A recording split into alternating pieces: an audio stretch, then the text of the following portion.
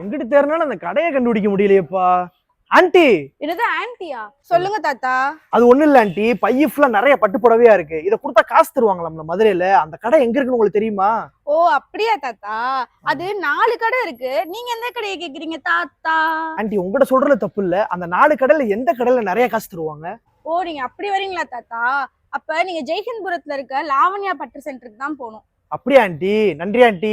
நான் கொண்டு வந்த புடவைக்கு ஏதாவது ரேட் போகுமா இல்ல போகாதான் கொஞ்சம் பார்த்து சொல்லுங்கண்ணே. இது மாதிரி ஒயிட் கலர்ல வந்தா போகும்னா, இது மாதிரி சிவப்பு கலர்ல வந்தா போகாது. நீங்க மொத்தம் 6 புடவை கொண்டு வந்தீங்கண்ணே.